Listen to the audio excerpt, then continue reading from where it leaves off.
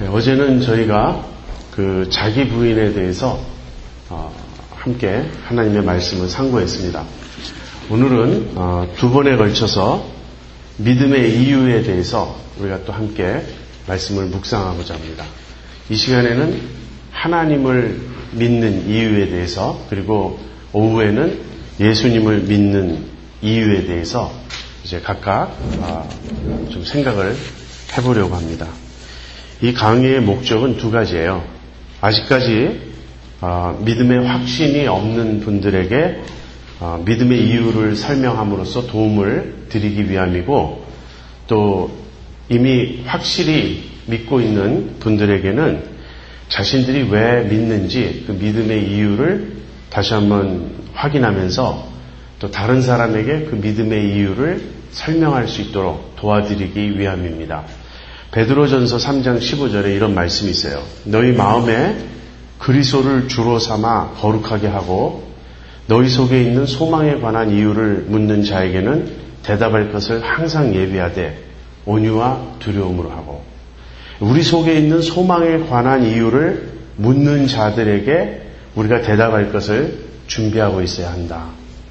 여러분, 근데 여러분에게 그런 질문을 해오신 분 있습니까? 우리 속에 있는 소망에 관한 이유를 묻는 자들에게 우리가 대답할 것을 준비하라. 이렇게 성경은 말하고 있는데 그런 일이 자주 안 일어나죠. 왜 나한테 당신에게는 참 소망이 있어 보이는데 그 소망의 이유는 무엇인가?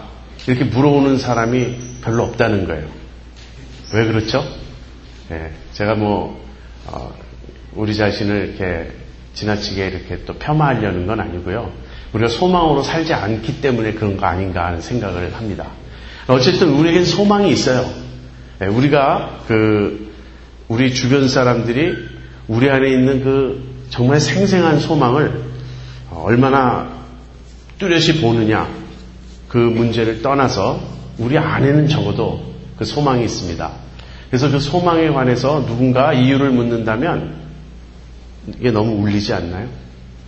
소망에 관한 이유를 묻는다면 우린 대답할 수 있어야 돼요. 그 소망에 관한 이유를 사람들에게 말해줄 수 있어야 한다는 것입니다. 그래서 그러한 목적 두 가지, 아직 믿음의 확신이 없는 분들에게 믿음을 가질 수 있도록 도와드리는 것과 이미 믿고 있는 분들에게는 자신의 믿음의 이유를 알고 설명할 수 있도록 도와드리기 위해서 이 강의를 준비했습니다. 저는 전문적인 이론가가 아닙니다. 이런 문제에 있어서 이제 이런 문제라면 이걸 기독교 변증이라고 말할 수 있을 거예요. 우리가 믿고 있는 이 믿음을 전문적으로 변호하는 일, 이 기독교 변증에 있어서 저는 전문적인 이론가는 아닙니다. 그러나 한 사람의 그리스도인으로서 또 그리고 한 사람의 인간으로서 우리 인간의 가장 근본적인 문제, 우리 인간의 실존적인 문제, 누구나 살아가면서 느끼는 또 피할 수 없는 그러한 문제를 함께 고민하고 함께 부딪히고 함께 씨름하는 그런 한 동료 인간으로서, 한 동료 그리스도인으로서 이 문제에 대해서 내가 고민한 바, 또 내가 깨달은 바를 나누고자 하는 것입니다. 여러분, 하나님을 믿어야 하는 중요한 이유, 또 충분한 근거가 저는 있다고 생각합니다. 저도 회의를 많이 했어요. 예수 믿고 지금까지 회의 없이 그저 모든 것이 다 너무나 분명하다, 이렇게 믿어온 것은 아니죠. 신앙생활 하다 보면 정말 위기가 있습니다. 저는 특별히 이제 무신론자들의 글을 가끔 읽습니다. 굉장히 아파요. 그분들의 글을 읽다 보면 기독교에 대해서 공격적이고 적대적인 글이 아프기도 하고, 때로는 아픈 게 아니라 힘이 들어요. 왜냐하면 내 믿음을 막 흔드니까. 어떤 한 목사님의 글을 읽었습니다. 이 목사님은 미국에서 아주 좋은 신학교를 나왔어요. 그 신학교를 나왔다고 하면 그분이 두 가지 점에서 보증돼요. 뭐냐면 첫 번째는 아주 보수적인 신앙을 가지고 있다. 그리고 두 번째는 상당히 지적으로 훈련된 분이다. 이분은 그런 신학교를 나왔을 뿐 아니라 목사 안수를 받았고 이 찬양 사역을 많이 했습니다. 그리고 기독교 변증에도 많이 인발브 됐어요. 성령 체험도 했습니다. 방언도 하고 예언도 했다 그래요. 그런데 무신론자가 되었어요. 그러니 이런 분하고 어떻게 대화하겠습니까? 성경도 우리들 대부분보다 훨씬 더 많이 압니다. 성경을 굉장히 열심히 공부했던 분이에요. 그리고 또 기독교 변증에 그 관련된 그 지식도 굉장히 많아요. 제가 만약에 이러저러한 학자의 글을 인용한다면 그분은 빙그레 웃으면서 나 그거 다 읽었다고, 나도 옛날에 그거 써먹던 이야기라고 그렇게 답할 것입니다. 그러면 또 다른 길을 찾아서 성령을 체험해 보셨냐고, 그러면 그것도 다 체험해 봤다고. 도대체 어느 길로 가야 이분을 설득할 수 있을까요? 사실 설득할 길이 없어 보여요. 그런데 이분은 기독교를 내부에서부터 너무 잘 아니까 그것을 공박하고 까발리고 공격하는데 얼마나 그 글이 아픕니까? 그래서 이제 그런 글을 읽으면서 저도 고민하는 거예요. 나는 세뇌되어서 믿는 것인가? 나는 기독교 가정에서 내가 태어났기 때문에 믿는 것인가? 그런데 그렇지 않다고 저는 생각합니다. 저 자신이 다시 이모저모로 생각해보고 나는 왜 믿는가를 생각해보고 내가 믿을 수 있는 충분한 근거가 있다. 저는 이렇게 생각합니다.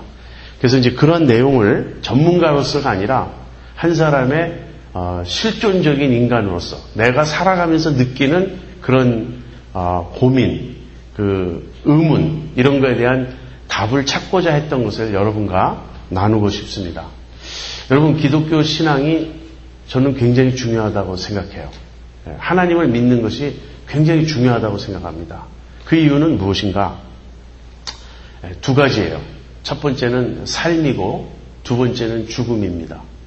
만약에 성경의 하나님이 정말 계시다면, 그리고 성경의 하나님이 이 세상을 창조한 것이 정말 맞다면 우리가 바르게 살기 위해서, 제대로 살기 위해서는 하나님을 알고 믿어야 하는 것은 당연하지 않겠습니까? 왜냐하면 이 세상이 하나님이 지으신 세상이므로, 하나님이 지으셨고 하나님이 다스리시고 하나님이 이끌어 가시는, 운행하시는 그런 세상인 것이 사실이라면 그 하나님을 모르면서 이 세상을 살아가는 일은 사실은 굉장히 위험한 일이에요. 이 세상의 원리와 질서와 이런 것을 알고 살아야 하지 않겠습니까? 그냥 하나 예를 든다면 우리가 자연 법칙을 인정하잖아요. 자연 법칙을 믿고 따르잖아요. 자연 법칙을 무시하며 사는 사람은 큰 해를 입을 것입니다. 절벽에서 뛰어내리면 다친다. 이건 우리가 다 알잖아요. 그런데 그 사실을 모르고 절벽에서 과감하게 뛰어내리는 어른은 아니고 아이가 가끔 있을 수 있죠. 슈퍼맨 영화를 보고 나서 날아갈 수 있다 이렇게 생각해서 나르는 폼을 잡고 뛰어내리면 어떻게 되죠? 곤두박질해서 크게 다치거나 죽을 수 있죠. 그러나 이 세상이 자연만으로 이루어진 건 아니죠. 이 세상은 또 다른 그런 어떤 측면이 있고 하나님은 이 모든 걸 창조하셨고 다스리십니다. 그래서 하나님을 믿어야 하는 첫 번째 이유는 제대로 살기 위해서요. 이 세상이 하나님이 창조하신 세상이라면 당연히 하나님을 알아야 할 것이다 하는 것입니다. 그 다음에 두 번째는 죽음을 준비하기 위해서요. 여러분, 죽음에 대해서 별로 생각을 안 하실 수가 있습니다. 그리고 죽음 때문에 기독교를 믿는다든지 하나님을 믿는다고 하는 일을 굉장히 좀 비겁하다. 그리고 하나님을 믿는 이유로서는 참 유치하다. 이렇게 생각할지 모르는데요. 저는 그렇게 생각하지 않습니다. 죽음은 정말 심각한 문제예요. 죽음은 일단 우리가 아무도 피할 수 없는 문제죠. 우린 다 죽습니다. 그리고 죽음으로써 우리의 존재는 일단 살아서 이 세상은 마감되는 거예요. 그러니까 죽음이 얼마나 큰 문제인가? 내가 살아서 경험하는 모든 문제보다 더 커요, 죽음은. 우리가 살면서 사업에 성공할 수도 있고 실패할 수도 있습니다. 연애에 성공할 수도 있고 실현을 당할 수도 있어요. 이런 일들, 또 사고를 당해서 내 몸이 불구가 될 수도 있습니다.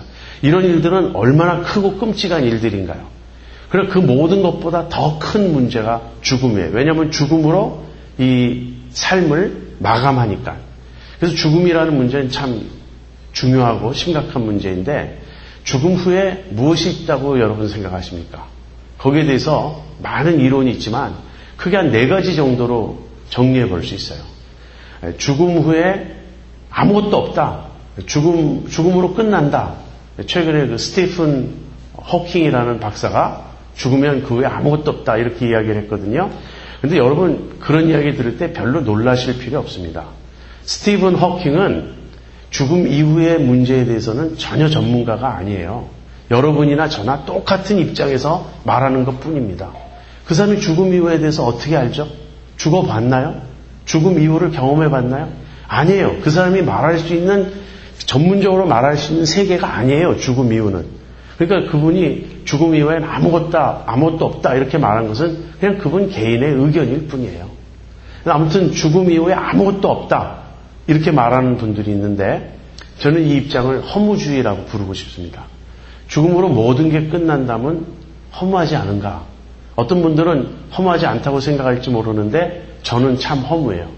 죽음으로 모든 게 끝난다면. 두 번째 입장은 죽음 이후에 대해서는 알 수 없다 하는 입장이에요. 이거는 불가지론이죠. 어쩌면 제일 솔직한 대답일 거예요. 죽음 이후에 무엇이 있을지 우린 모른다. 세 번째는요. 굉장히 널리 퍼져 있는 사고방식인데 윤회가 있다라고 보는 것입니다. 죽으면 다시 태어난다. 다음 생에 또 태어난다. 이 동양의 범신론적인 그 생각이 그렇습니다. 이 힌두교나 불교나 이런 데서 윤회를 말하지 않습니까? 그래서 이 세 가지 입장이 있어요.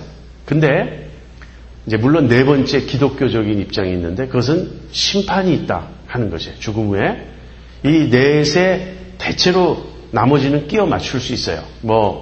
이 넷에 속하지 않은 다른 입장도 있겠지만 자 그런데 이 네 입장 중에 앞에 세 가지 입장이 맞다면 그러니까 죽음으로 끝나든지 죽음 이후에 대해서 아무것도 알 수 없다든지 죽음 후에 윤회가 있다든지 할 때 저는 걱정 없어요. 그 셋 중에 하나가 맞아도 저는 걱정 없어요. 죽음으로 끝난다면 걱정할 거 아무것도 없을 거고 죽음 후에 뭐가 있는지 알 수 없다면 따라서 걱정할 필요도 없죠. 알 수 없는데 어떻게 걱정하겠습니까? 그리고 윤회가 있다면 그 윤회가 사실이라 해도 저는 거의 걱정 안 해요. 제가 다음 생에 어떤 존재로 태어날지에 대해서 저는 별로 걱정하지 않습니다. 다만 제가 윤회에 대해서 느끼는 어려움은 내가 지금 이전 생애를 기억을 못해요. 저의 전생에 대해서 제가 아무것도 아는 게 없습니다. 그러니까 이전의 생애를 살았던 그 나와 지금의 나 사이에 저는 동일한 인물이라는 어떤 근거도 없다는 생각을 하게 돼요. 따라서 지금 죽고 내세에 다음 생에 내가 다시 태어난다 해도 그 다시 태어나는 나와 지금의 나와 무슨 관계가 있나 이런 저는 의문을 갖습니다. 그래서 어쨌든 이 세 가지는 그 세 입장이 맞다 해도 세 입장 중에 하나가 맞다 해도 저에게는 큰 영향이 없어요.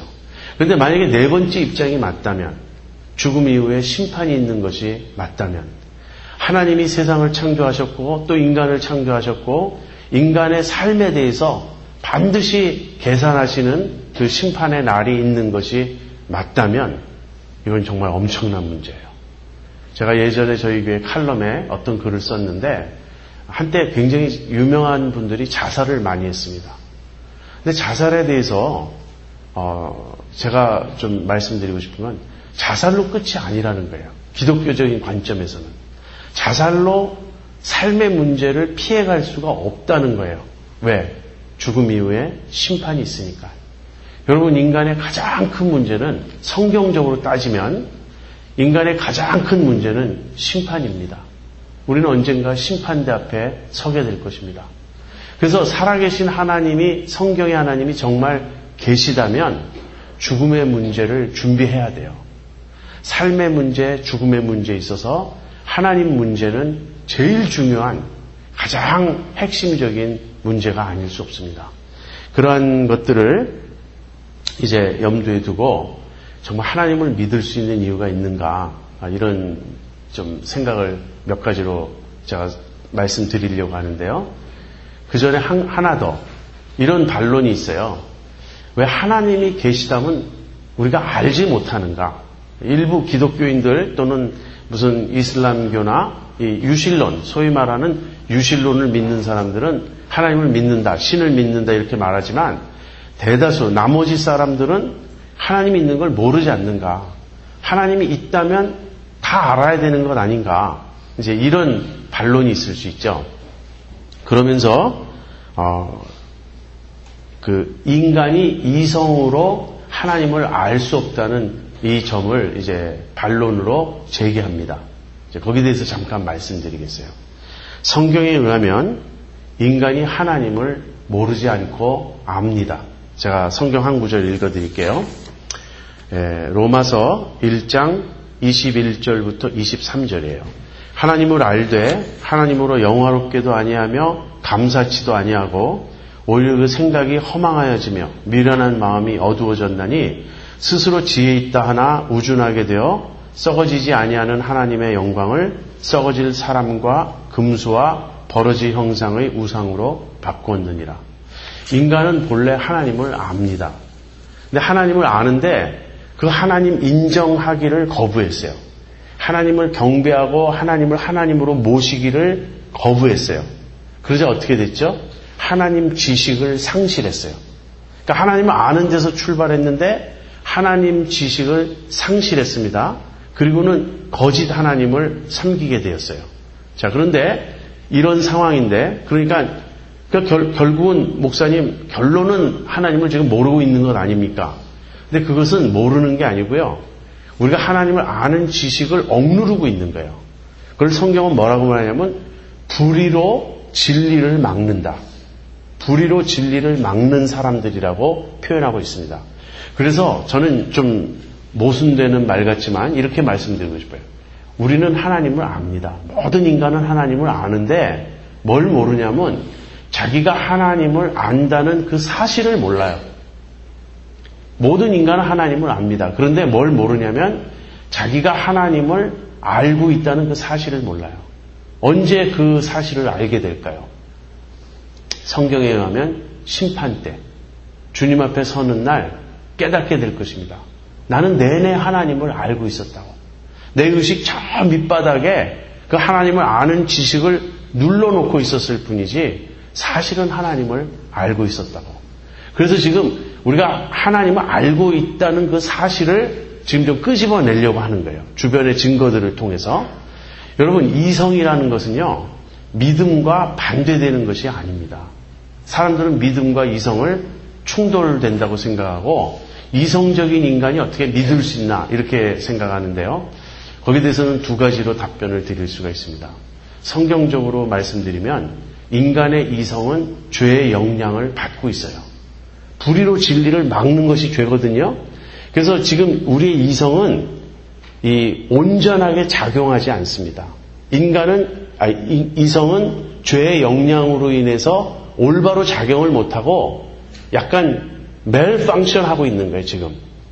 두 번째, 사실은 이성은 그 하나님을 아는, 그러니까 이제 어떻게 설명해야 되냐면, 이성은 자기에게 주어진 데이터를 처리하는 기능입니다. 그래서 이성에 어떠한 데이터를 주느냐, 이 데이터가 들어가는 거에 따라서 이성은 그것을 처리하고 분석하고 처리하고 이 프로세스 하는 것이지, 이 이성이 지금 이 죄의 영향을 받아서 사실은 그 하나님을 아는 지식을 지금 이성으로는 깨닫지 못하고 있어요. 그런데 이성은 그냥 우리의 오감으로 관찰하는, 이 자연에서 우리가 보는 것만이 유일한 데이터라고 지금 생각을 하고 있는 거예요. 그런데 믿음은 또 다른 데이터를 받아들이는 그런 통로입니다. 또 다른 데이터는 뭐죠? 계시를 받아들이는 통로예요. 하나님 살아계신 것을 여러모로 보여주고 계시거든요. 근데 여러모로 보여주고 계신 그런 데이터를 이성이 지금 못 받아들이고 있는데 믿음을 통해서 받아들이는 겁니다. 그래서 일단 믿음을 통해서 그 데이터를 받아들이면 여전히 이성은 작용해요. 예수 믿는 사람들도 똑같이 이성적으로 생각합니다. 다만 이성적으로, 반이성적인 게 아니라 이성적으로 생각하는데 이성이 모르는 부분이 있다는 걸 인정하고 이성이 모르는 그 부분을 믿음으로, 하나님의 계시를 믿음으로 받아들이는 거예요. 그리고 나면 우리도 역시 이성적으로 이런 것을, 데이터를 분석하고 처리하고 하는 것입니다. 그러니까 지금 중요한 것은요, 우리의 눈에 보이는 즉 오감으로 우리가 이렇게 느끼고 접수할 수 있는 이것이 이 세상의 전부인가? 만약 이것이 전부라면 과학주의가 됩니다. 사이언티즘이 돼요. 사이언스라는 게 아니고 사이언스는 그냥 그런 작업을 하는 활동이고 사이언티즘, 과학주의라고 하면 이것은 하나의 세계관이에요. 오감으로 접하는, 다시 말하면 과학으로 알 수 있는 지식이 전부다라고 말하는 거예요. 전부가 아니에요. 그건 한 부분이에요. 그 과학으로 알 수 없는 다른 영역들이 얼마든지 있는 것입니다. 그래서 우리가 믿음과 이성은 충돌하지 않는다는 걸 아셔야 돼요. 믿음과 이성은 둘 다 우리에게 필요한 기관이고 작용입니다. 자, 이제 그러면서 이제 한번 생각을 해보죠. 제가 쓰는 표현이 좀 여러분에게 낯설지도 모르겠어요. 저는 이런 표현을 쓰고 싶어요. Structure of reality. 실제의 구조. 뭐 그냥 다른 말로 하면 세상이 도대체 어떻게 돌아가는가. 세상의 실제적인 모습. 이 정도로 생각할 수 있습니다. 이 세상의 그 구조, 이 실제 구조, 세상에 돌아가는 것을 보면 하나님을 알 수 있다는 것이 이제 성경의 가르침이에요. 로마서 1장 18절부터 20절을 보죠. 하나님의 진노가 불의로 진리를 막는 사람들의 모든 경건치 않음과 불의에 대하여 하늘로조차 나타나나니 이는 하나님을 알만한 것이 저희 속에 보임이라. 하나님께서 이를 저희에게 보이셨느니라. 창세로부터 그의 보이지 아니하는 것들 곧 그의 영원하신 능력과 신성이 그 만드신 만물에 분명히 보여 알게 되나니 그러므로 저희가 핑계치 못할지니라. 하나님을 알만한 것이 이 세상에 만드신 만물에 드러나고 있다. 여러분, 세상이 만약에 정말 하나님이 만드신 피조물이라면 그 세상이 하나님을 보여주는 것은 너무나 당연하지 않습니까? 만약에 어떤 미술가가, 어떤 조각가가 어떤 작품을 만들었어요. 그럼 그 작품을 보고 있으면 미술가의 솜씨를 알 수 있잖아요. 미술가의 의도를 알 수 있고 그 조각가의. 그래서 작품은 항상 그 작품을 만든 자를 보여줘요. 이 세상이 정말 하나님이 만드신 세상이라면 세상을 보고 있을 때 하나님의 흔적을 그 속에서 수없이 발견하게 된다는 거예요. 그 다음에 하나님을 알 만한 것이 저희 속에 보임이라. 그러니까 세상에도 보이고요. 인간 안에도 보입니다. 이 두 가지를 오늘 여러분에게 좀 설명하고 싶은 거예요. 이 실제의 구조, reality of structure를, 아니, structure of reality를 가만히 관찰해 보면 하나님이 계신 증거가 곳곳에 드러나고 있다 하는 것입니다. 그래서 이 첫 번째로는 자연을 좀 살펴보고 싶고요. 두 번째는 인간을 좀 생각해 보고 싶어요. 지금 말씀드리는 이런 것들은 저는 영어로 그 포인터 또는 인디케이터라고 좀 말씀드리고 싶어요. 이 자체가 결정적인 증거가 되지는 않습니다. 왜냐하면 똑같은 걸 봐도 안 받아들이는 사람도 너무 많으니까. 그러나 저는 이것이 표지판이라고 여러분 생각하시라는 거예요. 이런 것들을 보면 어디를 가리키고 있어요. 인디케이트 하고 있어요. 이렇게 표지판이 포인터예요. 그래서 그 포인터가 여러 포인터가 어떤 한 방향을 가리키고 있고 한 대상을 가리키고 있는 것이다. 그래서 그 포인터들을 다 따라가 보면 거기서 우리는 하나님을 만나게 되고 하나님을 인정하게 된다. 이제 이렇게 말씀드리고 싶습니다. 자, 자연에 드러난 하나님의 증거. 이것은 우리 밖에서 찾는 증거입니다. 그 다음에는 인간에서 드러난 하나님의 증거는 우리 안에서 찾는 거예요. 밖에서, 즉 자연을 볼 때 그냥 크게 두 가지를 생각해 보고 싶어요. 하나는 어디서 왔는가, 그럼 또 하나는 어디로 가는가. 예, 결국 이제 이것을 이렇게 변증할 때 철학자들은 우주론적 논쟁이라고 말합니다. Cosmological argument라고 그래요. 근데 뭐 그렇게 어려운 말 우리가 쓸 필요는 없습니다. 여러분 이런 말 들어보셨죠? 모든 것에는 원인이 있다. 그래서 그 원인을 계속 캐들어가 보면 제일 원인이 있을 수밖에 없다. 왜냐하면 무한 퇴행, infinite regress는 불가능하잖아요. 계속해서 뒤로만 갈 수는 없죠. 어느 시작점이 있어야 되지 않습니까? 그래서 그 시작점을 제1원인이라고 부르고 그 제1원인을 신이라고 부른다. 이것은 아리스토텔레스의 논증이었고 중세의 토마스 아퀴나스가 이걸 받아들였습니다. 근데 이 제1원인의 논증에 대해서는 항상 이런 반론이 뒤따라요. 그러면 신은 누가 만들었는가? 그 하나님의 원인은 무엇인가?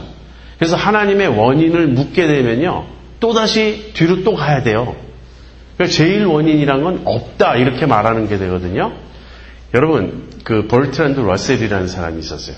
들어보셨죠? 20세기의 영국의 철학자입니다. 근데 이 버트란드 러셀이 지금 한 그 얘기를 했어요. 코스몰로지컬 아규먼트에 대해서 제1원인에 대해서 이것은 말도 안 된다. 그럼 하나님 누가 만들었느냐? 이렇게 물으면 무너지는 거라는 거예요. 그래서 이제 이 버트란드 러셀이 이런 재밌는 이야기를 해요. 자기가 어느 모임에서 그런 얘기를 했더니 한 할머니가 손을 딱 들면서 그렇지 않다고 이 제일 밑바닥으로 가면 이 세상은 거대한 거북이 등 위에 세워져 있는 것이라고. 이 할머니가 그렇게 말해요. 그러니까 이 러셀이 빙그레 웃으면서 그렇다면 그 거북이는 무엇 위에 있느냐? 이렇게 이제 질문을 하니까 이 할머니가 씩 웃으면서 젊은이 내가 그 질문 꼭 나올 줄 알았네. 그러면서 거북이부터는 all the way down 거북이다. 이렇게 대답했대요. all the way down 거북이다. 여러분 제일 원인에 대한 이 논증을 사실 참 오해하고 있습니다. 우리가 보는 이 세상이 영원하지 않다는 거예요. 이 자연은 시간과 공간은 유한합니다. 무한할 수가 없어요. 무한한 시간은 존재하지 않고 무한한 공간은 존재하지 않습니다. 그렇기 때문에 자연을 보면 항상 원인이 있어요. 근데 그 제일 원인은 자연이 아니라는 거예요. 그래서 제일 원인은 by definition 그 정의상 원인 없는 존재 또는 원인을 자기 안에 갖고 있는 자기 자신이 자기 존재의 원인인 그런 존재가 제일 원인이라는 거예요. 그러니까 이거는 totally different order예요. 여기 natural order가 있어요. 자연적 질서가 있어요. 자연적 세계에서는 모든 것은 원인이 있을 수밖에 없어요.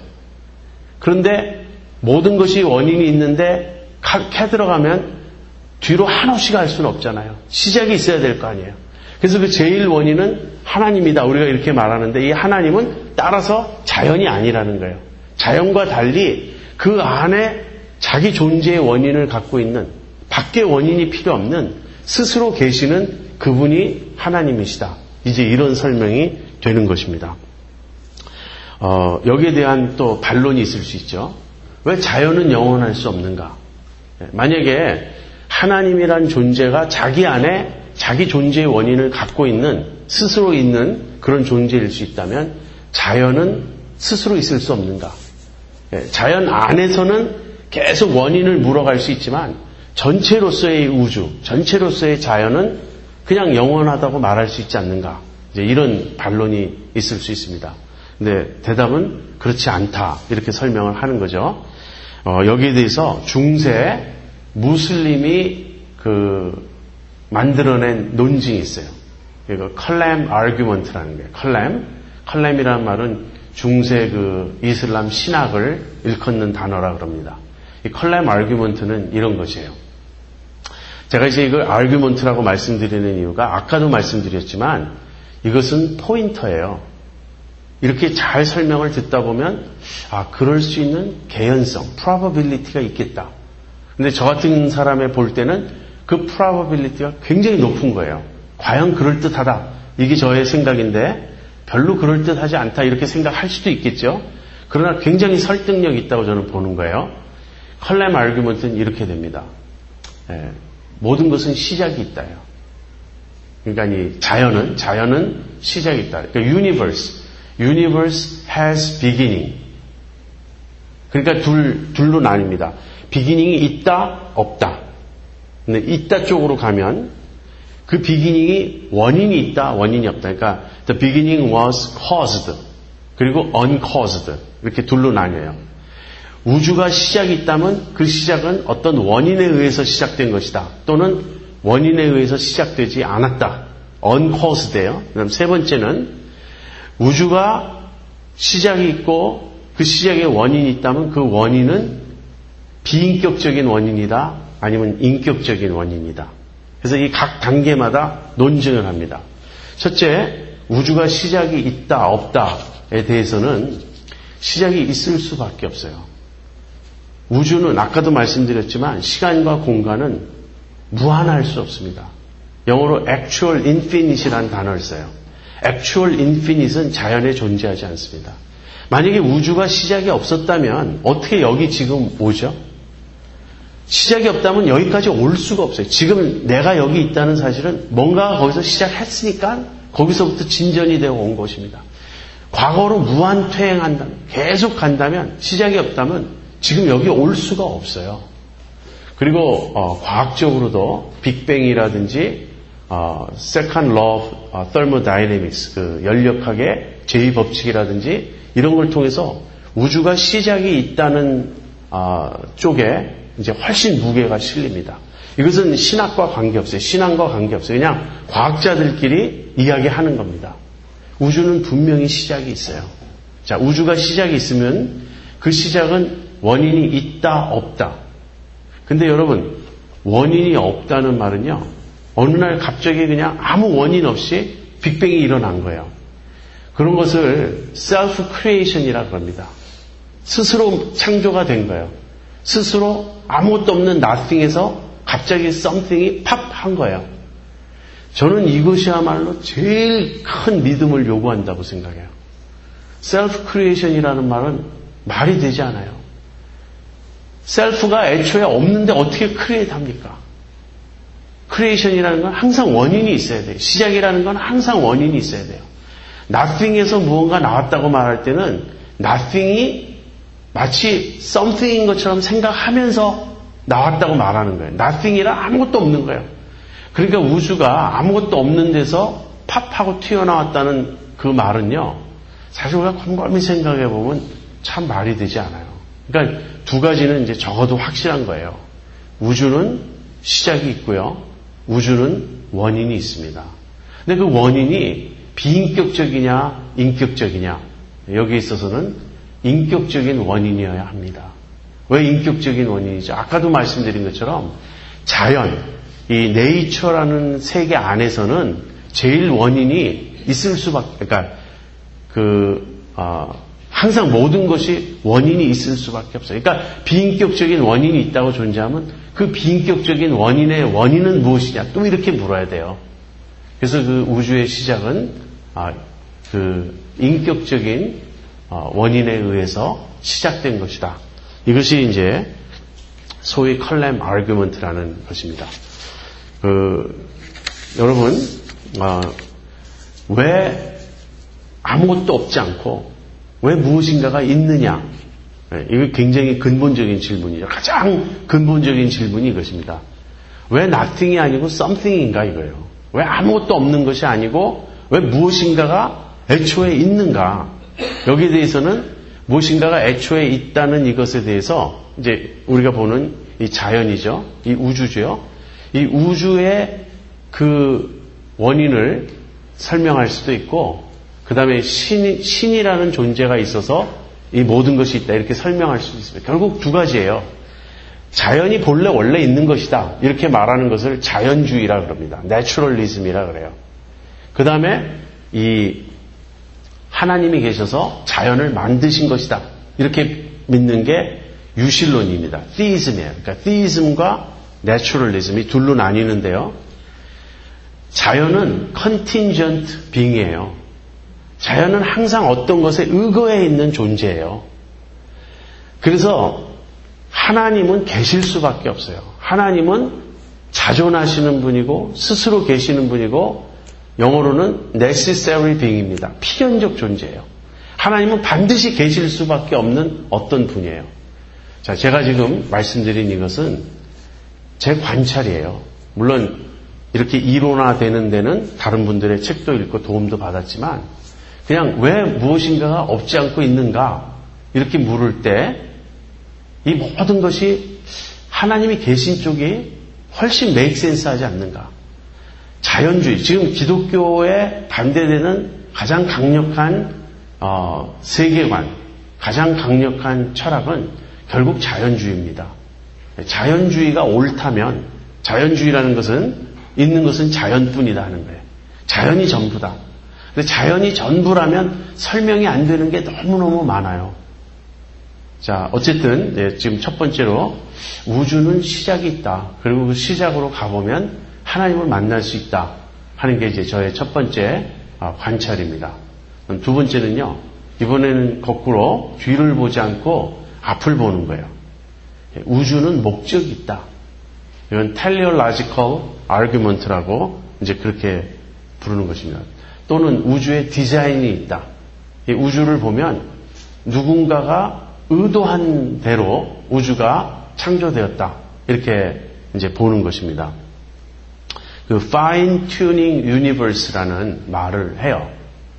이 세상을 보면, 이 우주를 보면 너무너무 정교하게 이게 이제 시작이 되었어요. 지금 이 중에는 과학에 대해서 저보다 훨씬 설명을 잘할 수 있는 분도 많을 테니까 그냥 제가 읽은 바대로 이야기하면 빅뱅이 있었을 때 그 빅뱅에서 그 피지컬 컨스턴트가 우주의 그 아주 가장 기본적인 그 구성 그 컨스턴트가 너무너무 정밀하게 이루어졌다는 거예요. 거기서 약간의 오차만 나도 이 우주는 존재할 수 없다. 이제 그런 설명을 합니다. 과학자들이. 그래서 이 fine tuning universe라는 것, 너무너무 통계적으로 볼 때 어떻게 오늘날에 이 우주가 있을 수 있었나. 거기서 약간만, 그야말로 우리가 생각하는 이 숫자로는 상상할 수 없을 만큼 그런 적은 가능성 속에서 이 빅뱅이 성공하는 거예요. 그런데 또 다르게는 anthropic principle이라는 말을 씁니다. 지금 제가 우리말로 이걸 잘 몰라서 왜냐하면 영어로 읽었기 때문에 anthropic principle이라는 말은 이런 거예요. 이 지구 같은 별을 보면 이제 지구를 포함한 우주를 이야기할 수도 있고 특별히 지구 같은 별을 이렇게 보면 인간을 위해서 준비된 것 같다 하는 것입니다. 여러분, 이런 모든 조건이 갖추어지는 것이 거의 불가능해요. 우주에서 이런 모든 걸 살펴볼 때. 그런데 마치 이 우주는 인간이라는 존재가 등장할 것을 예상하고 준비된 것 같다. 이 모든 걸 살펴보면. 그래서 무슨 이론이 나오죠? 이건 누군가가 의도한 것이다. 인텐션이 있다는 거예요. 그래서 디자인을 한 것이고 의도가 있고 그렇다면 목적이 있는 거죠. 여러분, 우주를 바라볼 때 이 모든 게 아까 자연주의적인 세계관으로 설명하면 이렇게 설명이 됩니다. Out of nothing, something comes up. 아무것도 없는 데서 뭔가가 팝했어요. 그래서 이제 우주가 존재해요. 그러니까 이것은 totally by chance예요. 이거 그냥 우연이에요. 왜냐하면 아무것도 없는 데서 그냥 스스로 나온 거니까. 그리고 이 자연에서, 우주에서 이제 생명체가 또 어떤 조건이 맞아가지고 생명체가 시작됐어요. 그래서 거기서부터 그냥 다윈주의의 진화론. 여러분, 진화론과 다윈주의는 정확히 같지 않습니다. 진화론은 진화론이고요. 다윈의 진화론은 진화론을 설명하는 하나의 설명이에요. 물론 다윈주의 말고 다른 설명이 없다는 게 문제이긴 합니다. 진화를 설명할 다른 설명이 없어서 다윈주의가 이제 진화론과 거의 동의어처럼 쓰이는데 다윈주의 안에는 단순히 진화를 설명하는 것뿐 아니라 이 모든 것은 by chance라는 그 개념이 포함되어 있어요. 이 모든 것은 어떤 신의 개입에 의해서 이루어진 게 아니고 우연히 이루어진 것이다. Natural selection, 자연 선택과 mutation, 이 두 가지가 원리가 돼가지고 이 모든 것이 우연히 그냥 순전히 natural explanation으로 자연적으로 여기까지 도달한 것이다. 여기에 반해서 진화가 어떻게 이루어지는지는 설명하지 못하지만 진화를 하나님이 이끄셨다라고 주장하는 유신 진화론이 있어요. 그러니까 다르위니안 에볼루셔니즘이 있고 theistic evolutionism이 있습니다. 근데 다르위니안 에볼루셔니즘에서는 그 진화에 메커니즘을 설명해요. Natural Selection, Mutation. 그러나 이 유신 진화론으로 보면 그건 그렇게 중요하지 않아요. 우리가 그건 잘 모르겠다는 거예요. 그러나 이 모든 것은 하나님이 가이드하신 것이다. 이제 이런 차이가 있습니다. 지금 제가 말씀드린 건 지금 내추럴리즘, 자연주의를 설명하는 거예요. 자연주의로 따라가면 거기 다윈이즘이 있어요. 이 다윈은 모든 것이 우연이 되었다는 거예요. 다윈의 아주 수제자가 리처드 도킨스예요. 그러니까 모든 게 우연이 된 것입니다. 우리가 여기 있는 것은, 여러분과 제가 여기 있는 건 어쩌다 보니까 이렇게 있게 된 거예요. 어쩌다 보니 있게 된 존재입니까, 우리가? 그러니까 하나의 세계관은 그래요. 여러분, 뭔가 그 밖에 저쪽에 세계를 설명하는 이론이 굉장히 많을 것 같지만 크게는 두 가지인데 종교적 설명이 있고 그다음 과학적 설명이 있어요.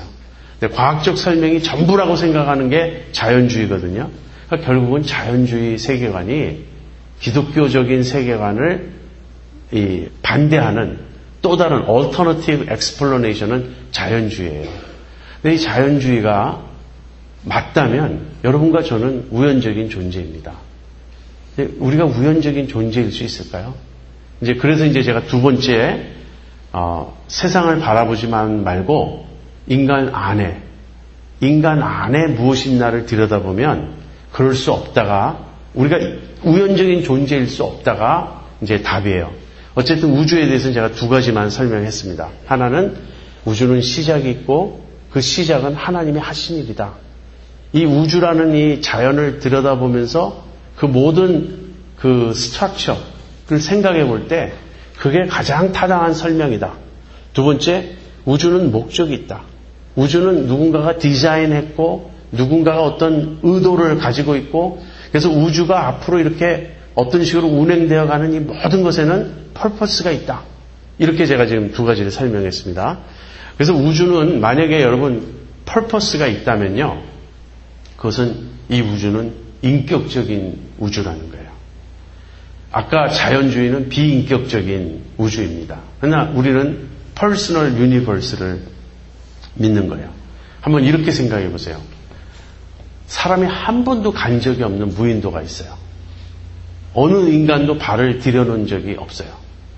근데 그 무인도에 너무너무 아름다운 꽃들이 피어 있고 정말 아름다운 새들이 날아다니고 그래서 만약에 누군가만 봤다면 그 아름다움을 보고 내셔널 지오그래픽 그 사진 기자가 갔다면 너무너무 찍어서 모든 사람에게 보여주고 싶은 그런 아름다운 무인도가 있다고 생각해 보세요.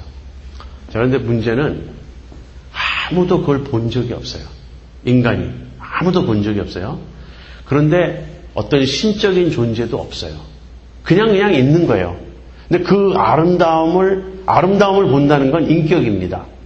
인격이 아니면 아름다움을 봐도 잘 몰라요. 근데 그 아름다움이 그냥 있다면 그 무슨 의미가 있죠? 기독교는 뭐라고 말하면 하나님이 보신다는 거예요. 아무 인간이 없어도 하나님이 그걸 보시기 때문에 하나님 보시고 좋았더라. 내가 만든 자연이고 내가 만든 아름다움이라고 말하는 것입니다. 그래서 저는 우주는 목적을 가지고 있고 이 목적을 가진 우주는 인격적인 우주라고 믿는 것입니다. 이제 인간에 대해서 설명한다면요. 사실은 저는 우주보다도 인간이 하나님을 알 수 있는 더 강력한 증거라고 생각해요. 왜 그렇습니까? 인간은 하나님의 형상으로 지음을 받았기 때문에. 성경은 인간이 하나님의 형상으로 지음을 받았다고 말합니다. 다시 말하면 인간은 하나님을 닮은 존재예요. 그러니까 인간을 보면 하나님을 알 수 있다는 것이 성경의 증거입니다. 네, 포이에르 바흐라는 어떤 신학자가 이렇게 말했어요. 이분은 신학자인데 거의 무신론자예요. 하나님의 형상으로 인간을 만들었다는 말은 사실은 뒤집어서 말해야 옳다. 인간이 인간의 형상으로 하나님을 만들어낸 거다. 만약에 소에게 신을 말하라고 하면 소처럼 생긴 신을 말할 것이다. 말에게 신을 묻는다면 말처럼 생긴 신을 말할 것이다.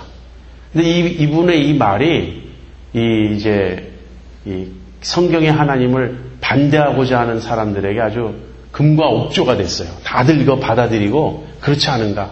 그러니까 이제 인간이 하나님의 형상으로 지음받았다고 말하는데 사실 실상은 기독교인들 너희들이 만들어낸 하나님 아니냐 그거예요.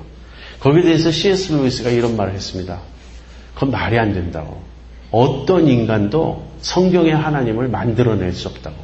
곰곰이 생각해보세요. 우리가 만들어내는 하나님이면요 전부 우상입니다. 우리는 우상을 만들어내요. 우리는 인간에게 하나님을 만들어내려면 산타클로스 하나님을 만들어내요. 그게 요즘 사람들이 말하는 하나님이에요. 사람들 흔히 이런 말 하잖아요. 하나님이 계시다면 어떻게 이럴 수 있느냐? 이래야지. 그러면서 이럴 수 있느냐라고 부정하는 측면은 기독교가 말하는 하나님이에요. 그러니까 하나님이 정말 있다면 어떻게 그 하나님이 인간을 지옥에 보낼 수 있느냐? 모두 다 구원해야지. 하나님이 있다면 어떻게 쓰나미가 일어나고 이런 일이 일어나는 걸 내버려 둘 수 있는가? 다 살기 좋게 해야지. 그래서 기독교의 하나님을 계속 공격합니다. 한편에서는 그런 하나님은 있을 수 없다고. 그러나 또 다른 한편에서는 그 하나님은 인간이 만들어냈다고 또 말해요. 이게 모순되지 않습니까? C.S. 루이스의 요점은 이것입니다. 아무 인간도 거룩한 하나님을 만들어내지 않는다고. 거룩한 하나님, 성경의 하나님 거룩하신 하나님이거든요. 거룩하신 하나님은 얼마나 인간에게 불편한 존재인가요? 인간이 가장 피하고 싶은 존재가 거룩하신 하나님입니다. 차라리 무시무시한 하나님, 그냥 인간을 제물로 바치기를 원하는 흡혈귀 하나님, 식인종 하나님, 그런 무서운 하나님을 만들어내는 건 가능해요. 우상숭배하는 사람들은 그렇지 않습니까? 하나님에게 인신제물을 바치지 않으면, 우상에게 인신제물을 바치지 않으면 안 된다 이렇게 생각하는 거 아니에요? 그러나 거룩하신 하나님, 우리의 중심을 꿰뚫어 보시고 우리 속에 있는 죄를 책망하시고 우리 속에서 순수함과 정결함과 의로움과 선함을 요구하시는 하나님은 인간이 절대로 만들어낼 수 없는 하나님이에요. 그래서 거꾸로가 맞습니다. 이 하나님이 하나님의 형상으로 인간을 만드셨어요. 그럼 인간 안에 있는 하나님의 형상의 흔적은 무엇이죠? 제일 중요한 것은요. 제가 볼 때 제일 강력한 것은 양심이에요. 도덕률이에요. 도덕률. 인간 안에 옳고 그름의 의식이 있다는 거예요. 여러분이 옳고 그름의 의식이 어떻게 인간 안에 있게 되었는가 한번 생각해 보세요. 옳고 그름의 의식이 있죠. 요즘에는 없는 것처럼 말해요. 어떤 사람들은 선과 악은 상대적인 개념이다. 그래서 절대적인 선도 없고 절대적인 악도 없다. 이제 그렇게 말합니다. 선과 악은 상대적이라고. 그러나 여러분, 선과 악이 상대적인 측면이 있겠죠. 예를 들어서 우리 동양 유교권에서는 이제 장유유서를 말하죠. 그래서 나이가 어린 사람은 나이가 많은 사람에게 공손이 돼야 된다. 이것이 이제 우리가 생각하는 선입니다. 만약에 하극상이 일어나면 이건 말이 안 되는 거예요. 밑에 사람이 위에 사람에게 도전하면 이건 부도덕한 일이에요. 서양에서는 상당히 다르게 생각해요. 그래서 이건 좀 평등한 질서를 많이 말하고 우린 수직 질서를 많이 말합니다. 이런 문제에 있어서는 어떤 게 굳이 옳다, 그러다 말하기 어려울 수도 있어요. 그러나 절대적인 선이 있고 절대적인 악이 있습니다. 그래서 그 티모시 켈러라고 하는 목사님이 이렇게 말씀하셨어요. 절대적인 선도 없고 절대적인 악도 없다고 말하는 사람들에게 이렇게 질문하십니다. 그러면 당신이 생각할 때 이 세상에 저것만큼은 절대로 용납될 수 없다. 저건 절대적인 악이다. 라고 말하는 것이 있습니까? 없습니까? 대답은 있죠. 저거는 절대 용납할 수 없다. 우리가 그렇게 보는 악이 있습니다. 여러분, 히틀러의 나치의 그 범죄를 그것도 상대적이다. 이렇게 말할 수 있습니까? 스탈린이 그렇게 많은 사람을 시베리아 수용소로 보내서 죽인 것. 그런 것도 다 괜찮습니까? 마들 테레사나 히틀러나 사실은 50보 100보다 다 그냥 비슷한 거다. 어느 관점에서 보면 테레사 수녀님이 좀 날지 몰라도 또 다른 관점에서 보면 히틀러가 낫다고도 말할 수 있지 않는가? 여러분, 그렇게 말할 수 있습니까? 선과 악은 상대적이며 선과 악을 뛰어넘는 어디에 진리가 있을 것이다라고 말하는 것은 멋있게 들릴지 모르지만 아까 제가 설명한 structure of reality, 이 실제의 구조에 전혀 맞지 않아요. 그렇지 않아요. 선이 있고 악이 있습니다. 근데 선과 악을 놓고 볼 때 무엇이 궁극적이죠? 선이 궁극적이에요. 그래서 기독교는 선의 하나님을 말합니다. 그리고 선의 하나님을 말하면서 선의 하나님의 인간을 지으셨기 때문에 인간 안에 도덕률이 있어요. 우리 안에 옳고 그름의 의식이 있습니다. 이건 지울 수 없는 의식이에요. 모든 인간이 이것은 옳고 이것은 나쁘고 하는 이 의식을 가지고 있습니다. 이 의식이 어디서 왔을까요? 이렇게 설명하는 사람이 있어요. 리처드 도킨스 같은 사람은 이건 유전자의 그 역할이다. 유전자의 펑션이다. 그렇게 생각을 해요. 무슨 말입니까? 이 진화의 과정에서 이 유전자는 셀피시예요. 셀피시 진이에요. 이기적 유전자가 자기 복제를 계속 하는 거예요. 레플리케이션을 해나가는 과정에 그래서 유전자가 자기를 번식하는 것, 자기를 퍼뜨리는 것이 유전자의 이제 목적인데 그렇게 해나가는 과정에 그렇게 되면 이제 어떻게 되죠? 다 남을 물리치고 남보다 강하고 힘이 세야 되잖아요. 그런데 집단적으로 볼 때, 개인적으로는 그게 맞는데 집단적으로 볼 때는 가끔 도덕적으로 행하는 게 집단의 번성과 존속에 유리하다고 유전자가 판단했다는 거예요. 좀 제 설명이 좀 어렵습니까? 사실은 전혀 어려운 거 아니에요. 그냥 생각해 보세요. 유전자가 하는 일이다. 대답은 그겁니다. 여러분, 유전자가 하는 일이 정말 반드시 그래야 된다. 우리가 그렇게 해야 된다라는 도덕률을 설명할 수 있습니까? 제가 어느 날 사람을 죽이고 싶은 생각이 들었어요. 그래서 사람을 한번 죽여봤어요. 근데 다른 사람들이 나한테 와가지고 막 죽일 놈 살릴 놈 합니다. 왜? 사람을 죽였으니까. 그래서 제가 이렇게 말합니다. 제 속에 유전자가 조금 뮤테이션이 일어난 것 같다고. 내 속에 유전자가 돌연변이가 생겨서 나한테 그렇게 강력한 옳고 그름의 의식이 좀 없어진 것 같다고. 그렇게 말할 수 있습니까? 여러분, 또 다른 설명은 이거예요. 옳고 그름은 사회적 관습이다 하는 설명입니다. 이제 그렇게 사람들이 생각해왔고 만들어왔다는 거예요. 근데 이런 설명, 진화로 설명하고 유전자의 작용으로 설명하고 아니면 사회적 관습으로 설명하고 인간이 만든 거, 휴먼 컨벤션이다, 휴먼 컨스트럭트다 이렇게 말할 때는 이 모든 거는 뭘 보여주냐면 묘사예요. 디스크립티브예요. 보니까 그런 것 같다 하는 거예요. 근데 그것은 뭘 설명할 수 없냐면 ough를 설명할 수 없어요. ough가 뭐죠? 반드시 그래야 한다는 거죠.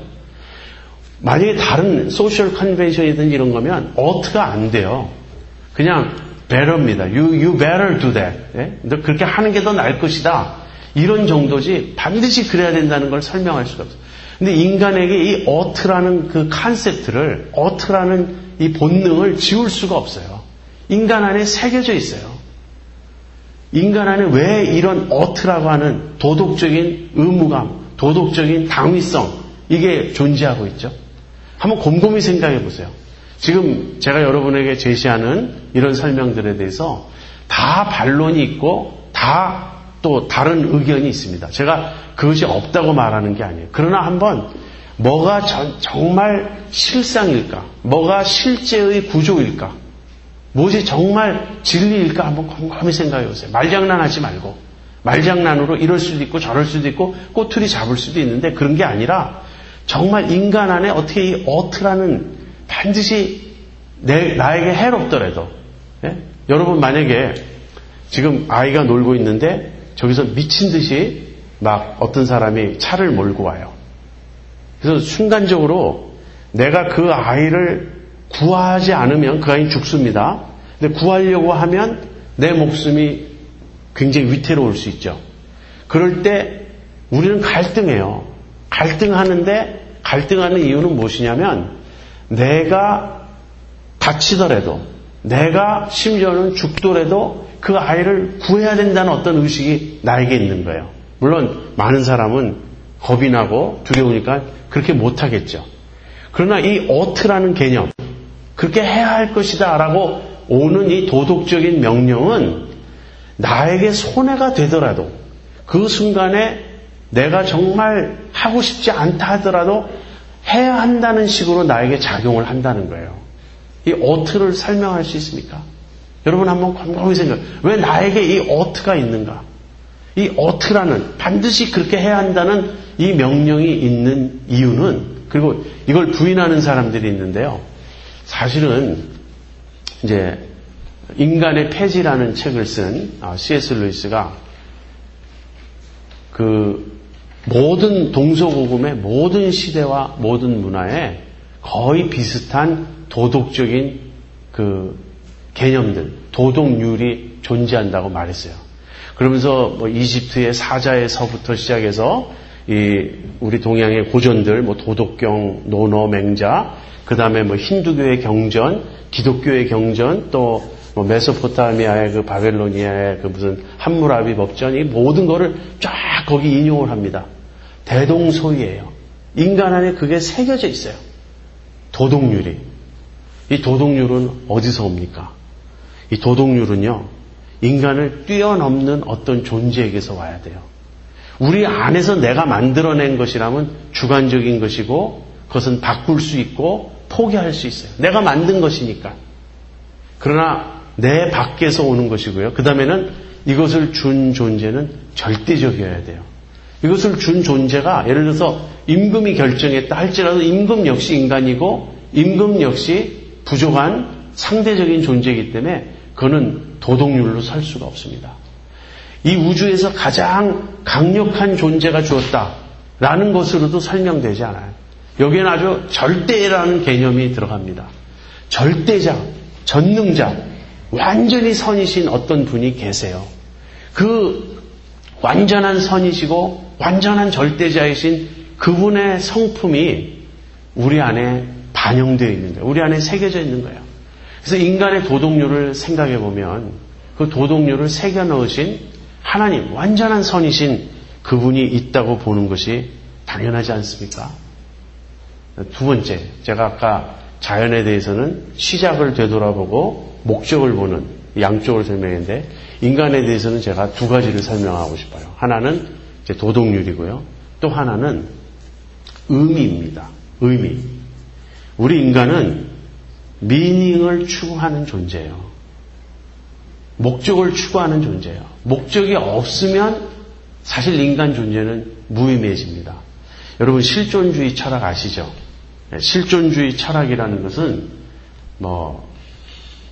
이렇게 좀 쉽게 설명할 수 있어요. 실존주의 철학을 신조로 표현한다면 어떤 한 문장으로 실존주의 철학을 아주 요점만 이야기한다면 존재는 본질에 선행한다 이런 말이에요. 존재는 본질에 선행한다. Existence precedes essence라는 말이에요. 굉장히 어려운 말인데 사실은 풀어 설명하면 아주 쉬운 겁니다. 에센스란 뭐냐면요. 본질이라는 말은 뭐냐면요. 인간이 이러이러해야 한다는 인간을 규정한 어떤 것이에요. 인간의 본질은 뭔가 도덕적인 존재다. 인간의 본질은 뭔가 인간의 본질은 이러이러한 존재다. 이것이 에센스예요. 인간을 규정한 것이에요. 그런데 존재, 이 실존이란 것은 인간은 그러한 본질에 규정되기 이전에 자기 나름대로 존재한다는 거예요. 그래서 본질이 주어져 있지 않다고 보는 겁니다. 인간의 본질은 무엇이냐 이렇게 물어보면 그거는 undefined예요. 무슨 말이죠? 내가 결정할 수 있다는 거예요. 그래서 실존주의 철학자들은 자유를 이야기했습니다. 인간은 자유로운 존재다. 여러분, 인간은 자유로운 존재입니까? 아까 도덕률을 이야기하면 자유롭지 않죠. 인간은 도덕률이 우리 안에 새겨져 있기 때문에 하나님 뜻대로 살아야 될 존재다. 이렇게 말하는 것은 인간이 자유롭지 않죠. 왜냐하면 하나님의 뜻대로 살아야 된다는 어떤 그 인간 위에 그 가해진 어떤 구속이 있으니까. 자, 그런데 그 실존주의 철학자들은 그걸 부인한 거예요. 그런데 실존주의 철학자들이 말하는 자유라는 것은 절대 좋은 게 아니에요. 그분들은 피눈물 나는 자유였어요. 왜? 이 자유는 너무너무 힘든 거예요. 너무너무 이것은 부담스럽고 힘든 어떤 거예요. 왜? 이제는 내가 선택해야 되고 내가 결정해야 되고 내가 의미를 만들어내야 돼요. 근데 내가 의미를 만들 수 있습니까? 제가 최근에 그 무신론자들의 블로그에 들어가 봤더니 하나님을 부인하고 나서 자기가 누리는 자유를 썼더라고요. 드디어 나는 자유다.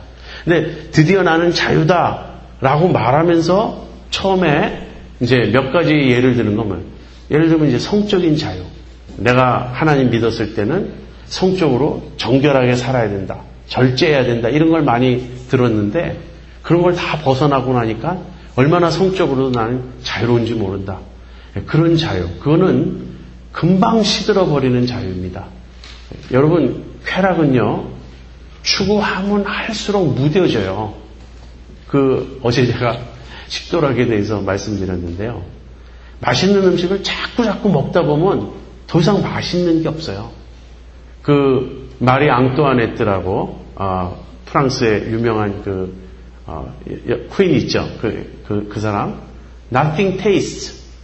맛있는 게 하나도 없대요. 왜? 너무나 잘 사니까, 너무나 매일 고급 음식을 먹으니까 맛있는 게 하나도 없대.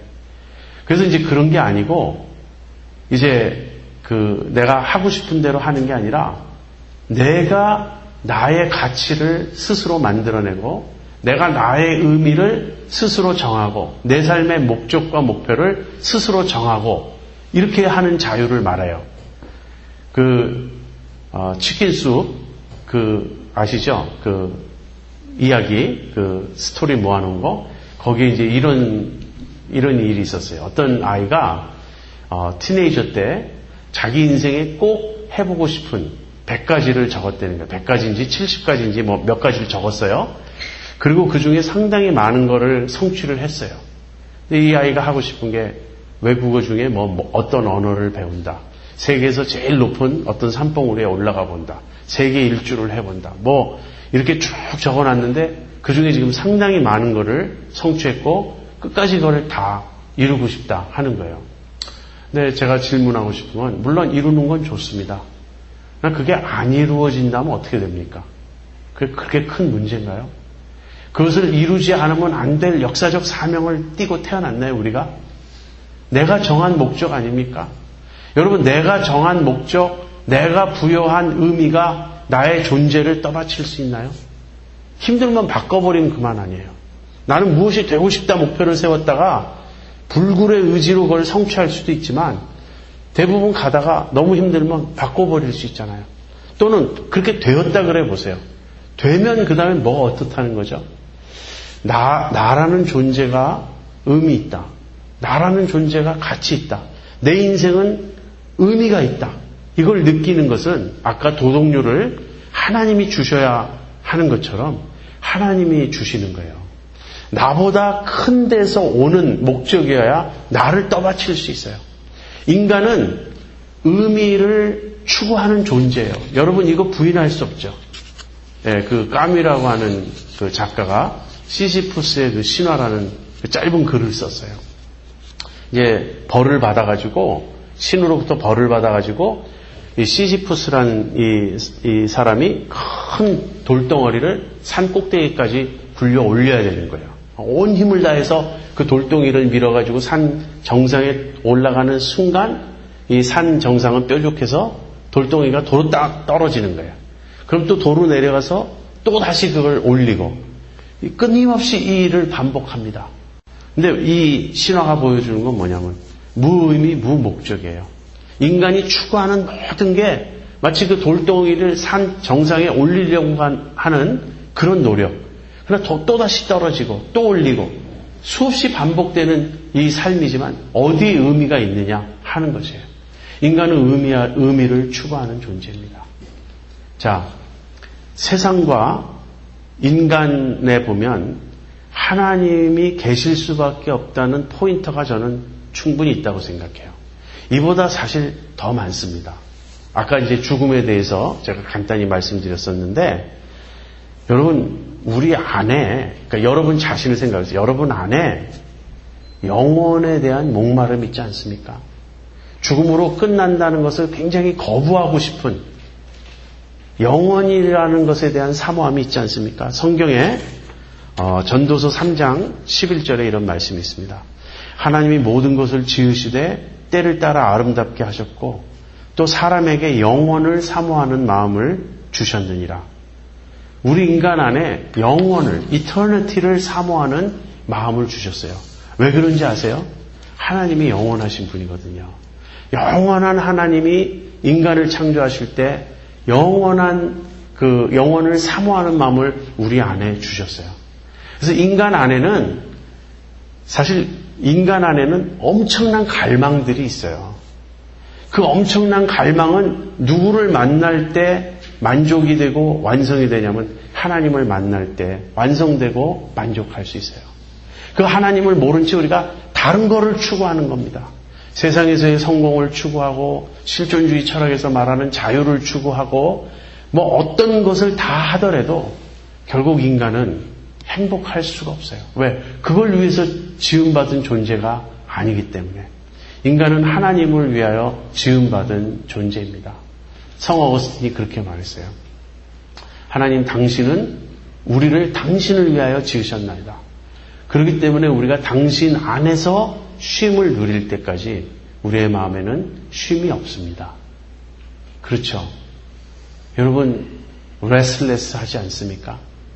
하나님 안에서 레스트를 얻을 때까지 우리 인간 안에는 레스트가 없어요. 쉼이 없어요. 파스칼도 그런 말을 했습니다. 인간 안에는 하나님으로만 채울 수 있는 공간이 있다. God-shaped vacuum이 있다. 인간 안에는 하나님으로만 채울 수 있는 공간이 있어요. 그걸 하나님 대신 다른 것으로 채우려고 해도 절대 채워지지 않는 그 목마름, 그 갈망. 그것을 또 다른 분은 어떻게 설명했냐면 인간은 천국을 위하여 지음받았다. We are made for heaven. 그래서 인간이 그토록 행복하기를 원하는 것. 우리는 행복을 추구하잖아요. 행복을 염원하잖아요. 행복을 목말라고 삼하잖아요. 그런데 그럼에도 불구하고 행복을 얻지 못하고 있잖아요. 근데 천국에 가면 마지막 우리의 구원이 완성되어 하나님을 만나고 천국에 가면 이렇게 느낄 거라는 거예요. 아, 나는 이것을 위해서 지음받았구나. 여기에 오는 것이 나의 목적이었고 운명이었구나. 내 삶에 일어난 모든 일이 거기서 이 세상에서 여기서 지금 완성된 것도 아니고 그 의미가 밝혀진 것도 아니고 모든 것이 답을 얻은 게 아니에요. 지금 이 모든 것은 임시예요. 우리가 잘 몰라요. 그러나 주님 앞에 가는 그날, 주님을 다시 만나는 그날, 주님 안에서 참으로 쉼을 누리는 날, We are made for heaven, we are made for God. 하나님이 우리와 사랑을 나누자고 우리를 지으신 것이구나. 여러분, 이것이 제가 발견한 진리입니다. 이것이 제가 세상을 관찰할 때 세상은 그런 곳이구나. 나라는 인간은 이런 존재구나. 하나님은 계시구나. 여러분, 마지막으로 이 말씀만 드리고 싶어요. 여러분, 인격이라는 걸 생각해 보셨습니까? 인격. 하나님은 완벽한 인격이세요. 그리고 우리는 인격적인 존재로서 우리의 인격적인 필요는 하나님만이 채워주실 수 있어요. 제가 어제 자기 부인에서 말씀드렸던 것입니다. 여러분, 인격을 뛰어넘는 어떤 신을 생각합니다. 그래서 비인격적인 신을 말하는 것이 범신론이에요. 힌두교도 신을 믿고 그래요. 그러나 그 신은 기독교적인 인격신이 아니고 범신론입니다. 그런데 그것은 인격을 다, 인간은 변덕스럽고 인격은 쉽게 바뀌고 그래서 인격을 낮추어 보는 견해인데요. 한번 이렇게 보세요. 여러분이 지금까지 본 모든 동물 영화들, 동물 만화 영화들, 라이언 킹이니 브라더 베어니 뭐 많이 있죠. 그리고 여러분이 본 이 로봇 영화들, 외계인 영화들, 그 모든 영화들에서 인격성이 전제되고 있지 않나요? 브라더 베어 얘기를 한번 해볼게요. 이 주인공이 어느 날 뱀이 아니라 곰으로 바뀌어요. 곰의 세계를 들어가 보고 드디어 알게 되는 거예요. 인간이 얼마나 곰에게 못된 짓을 하고 곰을 죽이고. 그런데 곰의 세계 속에서 살아가면서 드디어 이제 나중에 다시 인간이 될 수 있는 기회가 있었는데 거부해요. 난 곰으로 남겠다고. 그런데 그 영화를 보면 다 감동을 받습니다. 근데 왜 감동을 받는지 아세요? 곰이 완전히 인격적인 존재로 묘사가 되고 있어요. 여러분, 왜 우리는 모든 것의 인격성을 이렇게 부여하지 않고는 의미를 찾지 못할까요? 여러분, AI라는 영화 보셨습니까? Artificial Intelligence. 제가 지금 영화를 많이 보긴 했는데 왔다 갔다 해서 헷갈려요. 그 영화였던 것 같아요. 어떤 로봇 아이의 이야기예요. 이 자기 부모가 자식을 잃고 그 자식을 잃은 것을 만회하기 위해서 이 아이를 이 특별한 이 로봇을 만들어요. 근데 이 아이가 문제는 감정을 가지고 있어요. 그냥 일반 로봇하고 달라요.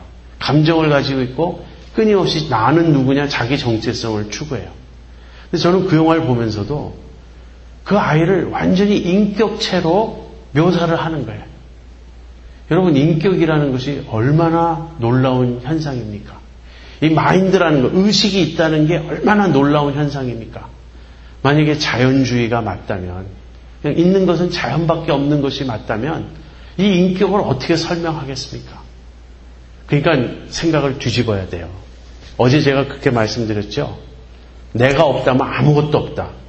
대답은 그게 아니고요. 하나님이 계시니까 우리 모두가 있는 거예요. 내가 없어도 세상은 있습니다. 내가 없어도 하나님은 계십니다. 그 하나님이 기준이고 하나님이 근거예요. 세상의 질서를 쭉 볼 때, 이 세상을 관찰해 볼 때 가장 합당한 대답은 오히려 거꾸로입니다. 하나님 그분이 계시다는 거예요. 하나님 그분이 진짜 리얼리티예요. 진짜예요, 그분이.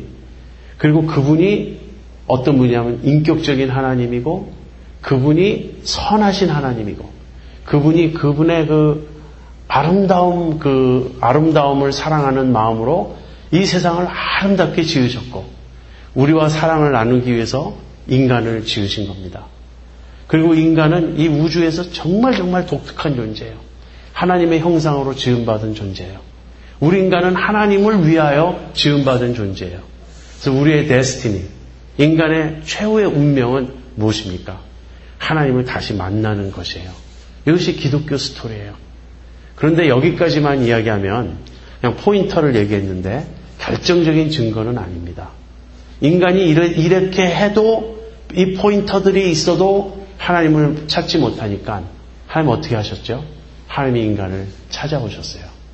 인간을 직접 찾아오셨어요. 그 이야기가 오늘 오후에 2부에 예수님에 대한 이야기입니다. 그 이야기로 넘어가도록 하겠습니다. 기도하겠습니다.